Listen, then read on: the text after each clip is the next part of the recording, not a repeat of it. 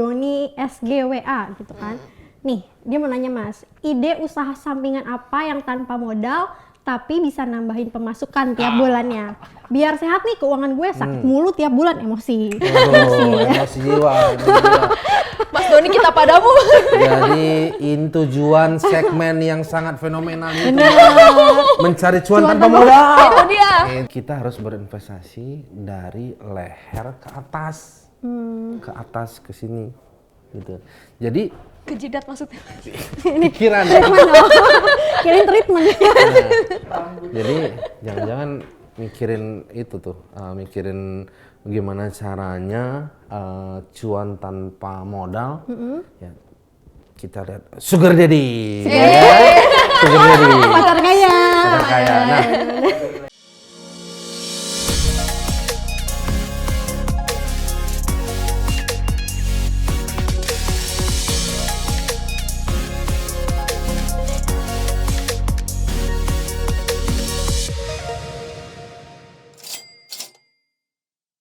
Halo Sobat Kompas.com, selamat datang di program Generasi Cuan Part 2. Masih sama Mas Bayu Luki Purnomo selaku ekonom dan juga financial market specialist. Nah, kita mau lanjutin nih Mas ngobrol-ngobrolnya. Tadi kan part 1 udah banyak soal financial check up dan juga pertanyaan netizen. Ini masih lanjut lagi nih, ada pertanyaan netizen dan juga tema financial check up-nya. Silakan nih Ken. Oke, dibacain pertanyaan kedua. Ini datangnya dari Doni SGWA gitu kan. Nih, dia mau nanya Mas, ide usaha sampingan apa yang tanpa modal tapi bisa nambahin pemasukan tiap bulannya? Biar sehat nih keuangan gue, sakit mulu tiap bulan, emosi. emosi jiwa. Mas Doni, kita padamu. Jadi ini tujuan segmen yang sangat fenomenal itu mencari cuan tanpa modal. Itu dia. Itu dia. Tanpa modal apapun. Gitu. Apapun. Ya, jadi gini, dipikir-pikir ya, kalau kita mau cuan tanpa modal, sebenarnya kita udah dikasih modal yang luar biasa nih. Misalkan, walaupun ada, kita misalkan ada orang datang nih bawa cek. Tolong dong, saya mau beli kaki sebelah kiri, dipotong boleh nggak? Dikasih cek 500 juta. Mau nggak? Kadang-kadang nggak ada yang mau. Mungkin ada yang mau, kalau dibayar 2 miliar mungkin mau. Mungkin mau. Nah, tapi dipikir-pikir kalau secara logic thinking, secara logika, oh ternyata itu modal kita. Jadi badan kita ini adalah modal. Maka dari itu, kita itu harus memulai dengan apa? Dengan berinvestasi sebenarnya. Gimana nggak investasi? Modal aja nggak ada kan gitu. Dari mana? Dari mana? Nah, rupanya kita harus berinvestasi dari leher ke atas, ke sini, gitu. Jadi Ke jidat maksudnya. pikiran. Kirain treatment. Jadi jangan-jangan mikirin itu tuh, mikirin gimana caranya cuan tanpa modal. Ya, kita lihat sugar daddy. Sugar daddy. Pacar kaya. Pacar kaya. Nah, Sugar. tapi sugar namanya gula ya. Namanya gula ada masanya. Benar. Ada masanya. Modal tampang juga kan Modal Mas? tambang juga. Itu semuanya ada masa waktunya. Iya. Yang nggak habis masa waktunya adalah investasi dari leher ke atas ke pikiran gitu. Nah, misalkan gini. Tadi pertanyaan tadi. Gimana nih, ada nggak bisnis sampingan atau kegiatan sampingan yang bisa menghasilkan cuan tapi nggak modal? Ya, misalkan kerja. Belajar satu bidang secara khusus, secara identik, secara spesial. Lalu apa? Lalu menjadi pengajar misalkan, atau menjadi mentor, atau menjadi apa, gitu. Itu sesuatu yang bisa dilakukan tanpa modal. Punya barangnya, let's say punya coffee shop, tanpa modal punya duitnya. Jadi itu secara bersamaan harusnya bisa dilakukan. Nah, itu yang paling mungkin terjadi, karena apa? Sisa modal kita terakhir itu badan kita sebenarnya. Benar. Bukan yang lain-lain kan. Nah, maka kalau kita mau punya satu tujuan yang sangat identik atau punya identitas, kita harus memang benar-benar meningkatkan kemampuan pikir agar bisa cari satu pemasukan Nah, tapi permasalahan anak muda sekarang kan ini bener sih tadi di segmen 1 kalau kata Mas Luki tuh kayak gaya hidup ya, sama FOMO, fear of missing out. Jadi kayak ya ada kafe baru, ada minuman baru, boba baru nih gitu kan. Ada brand apa baru Iya gitu kan. Nah, gimana sih Mas cara anak muda biar nggak terbawa sama FOMO itu? Fear of missing out itu terjadi oleh karena kita tidak punya tujuan yang kuat untuk mencapai sesuatu. Misalkan kita bisa tanya loh, kita bisa lihat nih, untuk nggak FOMO lihat orang tua kita deh. Kalau masih ada, kalau yang tiada, kita duduk di makamnya deh. Kita mikir nih, kita rata-rata manusia dikandung 9 bulan di dalam kandungan. Kalau sampai keluar kandungan masih ngeberatin orang tua, ya kan? Itu bukannya salah, tapi itu kurang tepat gitu. Walaupun orang tuanya mampu ya.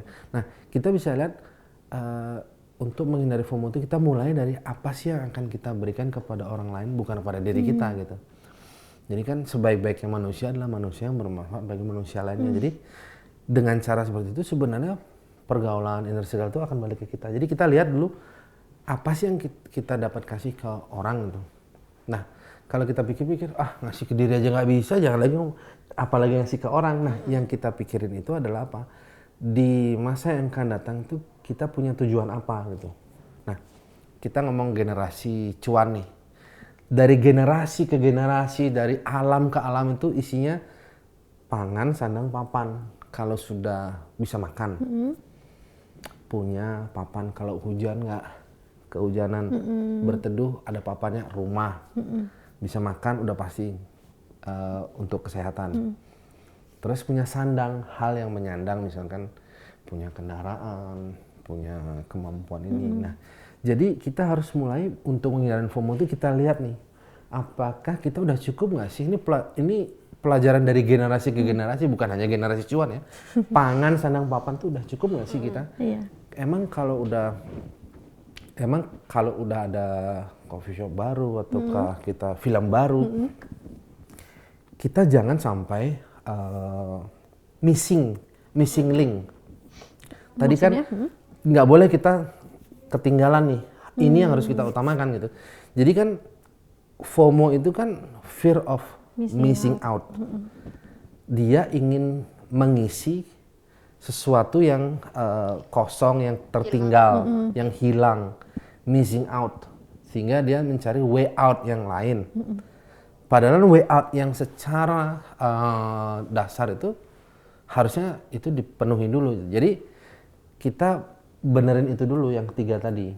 Nah, barulah kita bisa hangout ke tempat yang lain. Jangan sampai nanti terlalu FOMO ya. FOMO apakah itu fashion, apakah itu sepatu, baju, topi, kacamata, apakah itu tempat baru dan sebagainya. Nantinya kita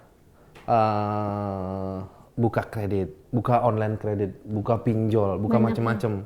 Bener-bener. Iya kan? Saya. Iya, malah kita jadi missing out beneran tuh. Missing out beneran dari kehidupan. Diteror lah di ini.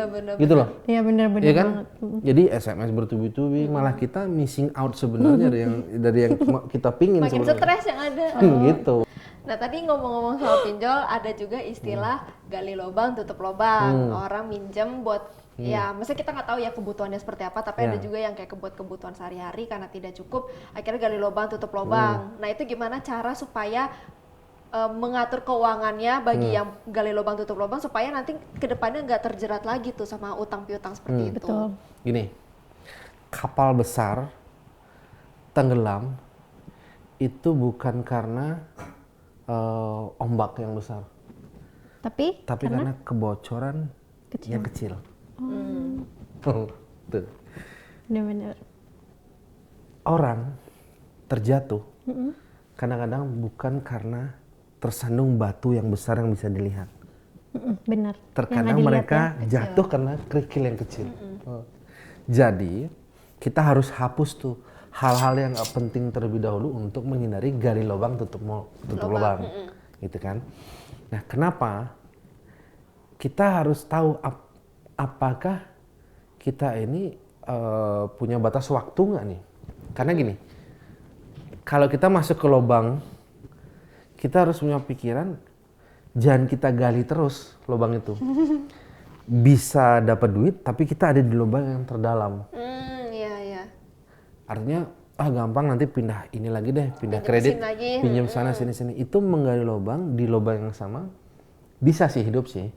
Cuman ada di kerak yang paling bawah, di kerak bumi gitu. Ya kan? Ya kan? Capek-capek kerja, Iya. duitnya cuma buat lari bayar. Iya. Mengkayakan orang Ya, lain. oleng sedikit ketanam ya. Oleng sedikit ketanam. Gitu kan? Nah, jadi kalau kita sudah menyadari gali lubang tutup lubang, berhenti dulu menggali. Kita harus pikirin apa hal-hal paling kecil yang bisa kita minimize, yang bisa kita cut off gitu. Seperti Nah, contohnya misalkan pengeluaran-pengeluaran yang tidak perlu.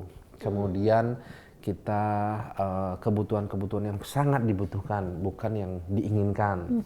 Kemudian kita melihat prioritas nih, prioritas waktu gitu. Jadi kalau kita berpikir nanti kita tetap bisa jalan lah nih, pinjam sana pinjam sini. Kita ada waktunya, yaitu apa? Usia. oh ya. Usia kita, kemudian daya saing kita dan sebagainya gitu. Jadi jangan sampai nanti justru kita bagaimana sih kita menjadi generasi itu yang justru bisa mengatasi persoalan-persoalan, jangan gali lubang tutup lubang, justru menciptakan satu peluangan yang lebih bagus gitu. Nah, itu contoh-contoh. Kalau tadi pertanyaan contohnya seperti apa ya, berarti kebutuhan-kebutuhan yang memang tidak diperlukan. Kalau perlu nih mobil nih, kelihatannya naik public transport bisa nih. Lebih murah gitu misalnya. Jual. Benar-benar. Jual dulu, clearing. Terus punya skuter nih. Kayaknya naik bajai masih oke kok. Jual. Benar-benar. Gitu. Yang penting cukup dulu. Gitu. Yang kita cari ini cukup gitu. Semua itu harus seperti itu. Jadi kita harus menghargai waktu ya. Kita harus menghargai waktu untuk bagaimana kita ngilangin hal-hal yang nggak perlu gitu. Jadi harga itu yang paling penting. Harga atas waktu ya. Benar-benar. Termasuk harga diri ya. Nah, itu dia. Nah, Mas, ini kan tadi ada di segmen di part 1 juga dibahas soal kalau misalnya ada tabungan, ada investasi, ada asuransi, ada investasi sebagai salah satu penopang untuk kesehatan finansial. Tapi gimana kalau misalnya dia itu generasi sandwich? Kadang kan suka terkendala tuh buat nabung, buat boro-boro buat asuransi sama buat investasi, buat nabung aja susah kan, harus bayarin orang tua, adik, apalah gitu per rumah. Untuk sandwich generation ya, yang terpenting itu kita lihat nih bahwa sebenarnya komposisi tata kelola keuangan itu harus diprioritaskan untuk masa depan, bukan masa kini ya. Masa depan. Kenapa? Misalkan gini, dari aspek kesehatan deh, fenomena yang terjadi. Usia manusia itu rata-rata sekarang sakit lebih cepat. Mungkin karena pola makan, pola pikir juga, pola hidup juga. Ditambah ya kan? sekarang ada pandemi. Kan gitu kan? Itu untuk keadaan seperti ini di masa-masa orang yang hidup di masa lalu itu kebutuhan atas biaya itu besar. Misalkan kita membiayai masa lalu nih. Masa lalu kita ada banyak kan, ada orang tua yang membesarkan kita, atau orang tua yang ada di lingkungan kita. Membiayai masa lalu itu perlu. Cuman kita harus kompos, kita harus buat orkestrasi biar nadanya itu merdu dengan kondisi bagaimana kita membiayai masa depan gitu. Jadi itu tips ya. Jadi sandwich itu jangan sampai seperti sandwich itu terjepit di keadaan yang sama. Jangan sampai nanti enggak rasional. Jadi kita harus rasional, kita bagi komposisinya. Mau tidak mau harus begitu, karena itulah sandwich. Sandwich generation itu mau tidak mau harus membagi. Karena apa? Saya merasa perlu membiayai masa lalu. Betul. Saya perlu membiayai masa kini. Saya perlu membiayai masa depan. Misalkan masih muda-muda kayak kita sih nggak apa-apa. Tapi kan ke depan kita bakal punya tujuan tertentu. Betul. Tujuan tertentu, keluarga atau Menikah, rumah atau punya apa, anak, punya gitu. anak. Itu semua butuh biaya, dan itu harus dipertimbangkan di saat yang sama gitu. Nah, jadi untuk sandwich itu komposisinya kita harus bagi yang proporsional dan rasional. Nah, sebenarnya ya mau tidak mau kita harus buat program keuangan yang bagus. Misalkan gimana sih, misalkan orang tua mau medical check up atau ada keadaan penyakit tertentu, berarti apa?